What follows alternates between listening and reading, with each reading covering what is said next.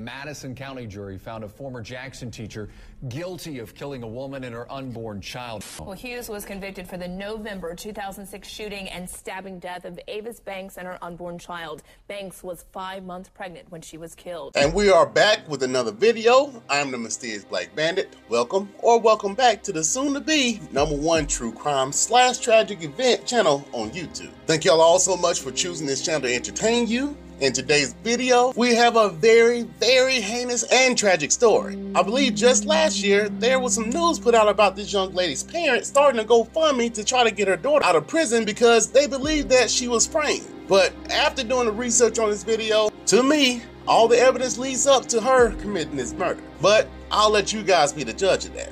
Once you finish watching this video, leave me a comment down the bottom on if you think she committed these crimes or do you think she was set up. But before we start the video, go ahead and hit that like, subscribe, and then turn on all those notifications so you don't miss out on any of these good videos. Once you've done that, let's jump into this thing. Carla Hughes was born on June 12, 1981 and was given up by her mother when she was just weeks old. So her aunt and uncle, Carl and Lynda Hughes, decided to adopt her and take custody when she was just 6 weeks old. Now, she was born and raised in Greenville, Mississippi and was considered to be a very accomplished child. Growing up, her aunt and uncle put her in horseback riding and beauty pageants where she excelled greatly, and in school, she was an honor student that pretty much got along with all her classmates. After graduating high school, Carla went on to earn a master's degree in education at Belhaven College in Jackson, Mississippi, and also became a member of the AKA, or Alpha Kappa Alpha sorority. She later went back to earn her doctorates, but she had one minor setback. In 2004, after she got pregnant by her fiancé, he ended up breaking off the engagement, leaving her to become a single mother. But this didn't stop Carla from continuing to pursue her dreams. She found her first teaching job at an elementary school, but she then took another teaching job as a 7th grade language arts teacher at Chastain Middle School in Jackson, Mississippi, and this is where she met Keyon Pittman. Now, Keyon was an Alcorn State graduate who taught math and also coached the basketball team at Chastain. When they first met, they started off as friends, but over time, they started to have sexual relations.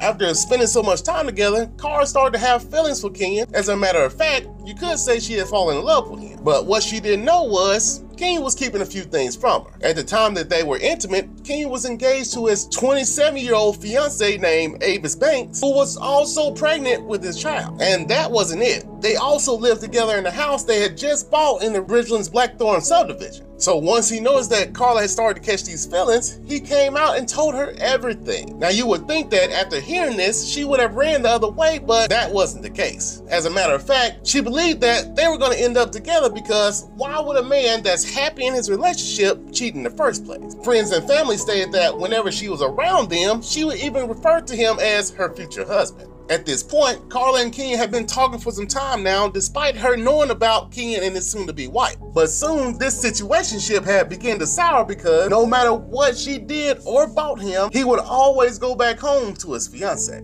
Now, of course, this caused Carla to become very upset over time because she was giving her all in this relationship, or whatever you want to call it, and was deeply in love with this man, but no matter what she did, it didn't seem like she would ever have him to herself. Now, Carla had visited him on several occasions at his home while his fiancé was at work, so she knew exactly where they lived. So one day, Carla had got fed up with their secrecy and started to drive towards their house to reveal their affair to his fiancé. Scared to death, Keyon pleaded with her not to do this, making promises that he knew he wasn't gonna keep. But she was determined to make things known. So since he couldn't sweet talk her not to come over there, he had to threaten to call the police on her just to get her to turn around and go home. Then on another night, they met up the day after Thanksgiving at this hotel, and after they finished having, doing what they do, Keyon got up to leave, but Carla requested that he stay the night, but of course, he couldn't do that. This ended up causing a huge fight amongst them, which led to a breakup, or whatever you want to call this. For several days, the two were very distant from each other due to this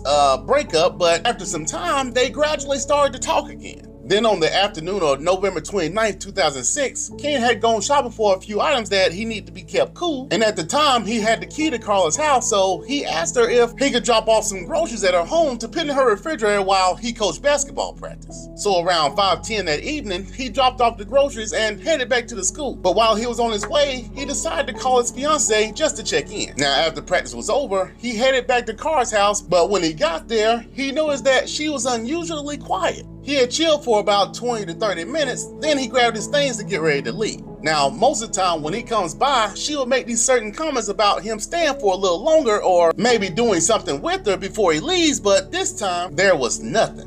As he drove home, he called his fiancée Avis multiple times, but she didn't answer. And this caused him to become very, very nervous. When he finally arrived, he pulled into his normal parking spot and used the garage door opener to enter the house through the garage. But right before pulling in, he notices Avis lying on the ground, not moving, and in a pool of her own blood. So he jumps out the car and runs over to see what was going on. Once he gets over to her, he realizes that she's not breathing, so he starts screaming and shaking to try to wake her up. But by this time, her body was cold. Keyon then looks around and grabs whatever he could to try to defend himself and runs into the house to check and see if anybody was in there, but the house is empty. So in the panic, he runs over to one of his neighbor's house and calls the police. Now, to me, this is just a little strange. I don't understand why he had to go to his neighbor's house to call the police, but I digress. Back to the story. When the police finally arrived, Keyon was in the garage holding Ava's limp body. So the police orders him to come out into the street so they could conduct a search and gather as much evidence as possible. Not far behind the police, the ambulance had arrived and rushed over to see if there was anything they could do to treat his fiancée, but by this time, she was gone. Avis had been shot 4 times in the leg, chest, and head with a .38 caliber gun and then stabbed at least 3 times with a slash to her neck. And unfortunately, with all the trauma her body went through, it caused postmortem to occur, which led to the unborn baby boy to pass away as well. Now, at first, the investigators thought that this may have just been a burglary that went wrong due to the back door being kicked in, but after looking around, nothing was missing from the house. During the house search, police found a lot of solid evidence that helped them find the person who did this. There were 2 shoe prints on the exterior side of the glass door where the proprietor kicked in the door, and blood smears were all over the house. There was also a bullet hole in the lower left corner of the garage door, but no shell casings were found. Now, with cases like this, the person closest to the murder victim is always considered the main suspect until proven otherwise, so the investigators questioned Keyon on his whereabouts and processed his hands for gun residue. Keyon gave them his statement and told them that he was at basketball practice when all this stuff went down, so he couldn't be the murderer. Now, over the next few days, the investigators reached out to the other coaches to see if Keyon's alibi would stand up, and from what they told him, it was proven that he was telling the truth. Now, on December 1st, 2006, investigators went up to the school where Keyon worked, and this is when they found out he had several other girlfriends that included Carla. So the investigators go straight to Carla and question her to see if she had any information. In her initial statement, she told the investigators that her and Keyon was just friends and that was it. But in a later statement, she admitted to having relations with him. Now, when they asked her if she owned a gun or had access to one, she stated that she didn't. However, it was established that she wasn't telling the truth. Allegedly, the only reason she needed a weapon was for protection because of an attempt break-in at her home a few weeks ago. So the cousin loaned her the gun with 5 bullets inside and a folding hunting knife, then proceeded to show her how to use it. But when she returned it, he noticed that there were no bullets left inside of it. This caused him to become very nervous because Carla had called him the night of the murder and mentioned that someone had killed Keyon's girlfriend, and when he asked if that gun had been involved, she kind of drops her head and shrugs her shoulder. So on December 5th, 2006, her cousin turned in the gun to the police, and the very next day, Carla Hughes was arrested on charges of accessory after the fact and was taken into the Madison County Detention Center in Canton, Mississippi. After the arrest, one of the detectives obtained a search warrant for her house, and this is when they came across some very incriminating evidence against her, which upgraded her charges to 2 counts of capital murder. In October 2009, the trial finally started, and with the prosecutors having cell phone records that showed Carla was near Keyon and Avis's home at the time of the murder, then the actual shoes that were used to kick in the door, and let's not forget about Carla's cousin's gun being used as the murder weapon, so things wasn't looking too good for her. Now, the prosecutors believed that the reason she killed Avis Banks was so she could finally have Keyon to herself, but Carla's attorneys denied all allegations against her. They said that there were no eyewitnesses to see her actually shoot Avis, nor was there evidence that showed that she fired the weapon or wore those shoes. Then they attempted to implicate Keyon as the murderer, calling him a bona fide womanizer who did not want to be married with a child. Mr. Pittman, did you kill Avis Banks? No. No. Do you feel any responsibility for her death? Yes. Tell me how. If I would have stayed faithful to who I was with, if I had been thinking poorly, making bad choices, or made a bad choice to sleep around and flirt with other women, this chain of events would have never taken place, bro.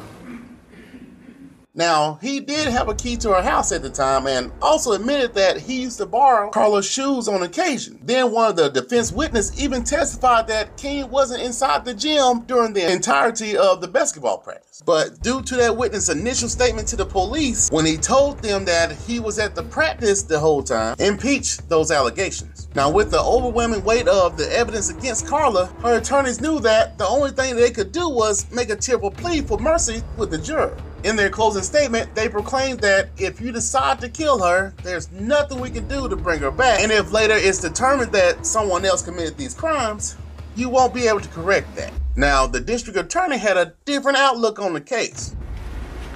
Don't forget, there's two people here who've already had the death penalty imposed.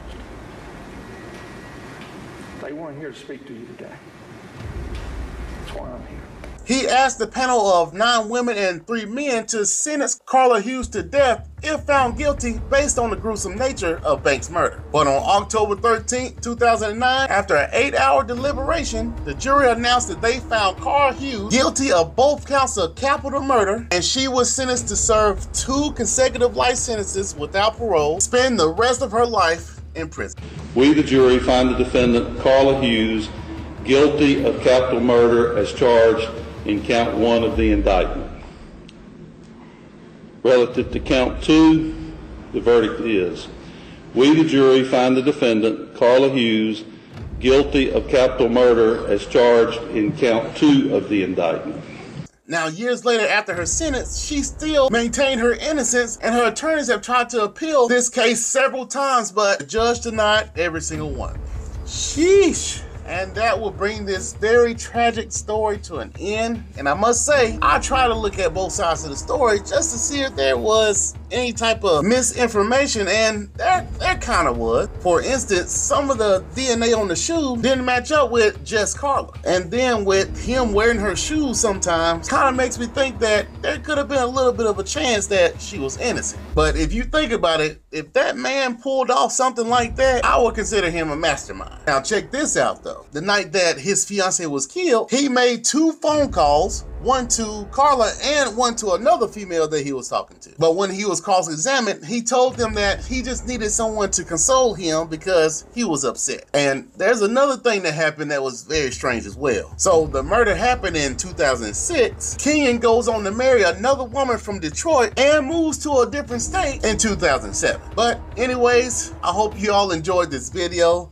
Don't forget to let me know down in the comments what you think about this case. Go ahead and do your boy a favor and hit that like, subscribe, and turn on all those notifications so you don't miss out on any of these videos. I hope you all had a wonderful day.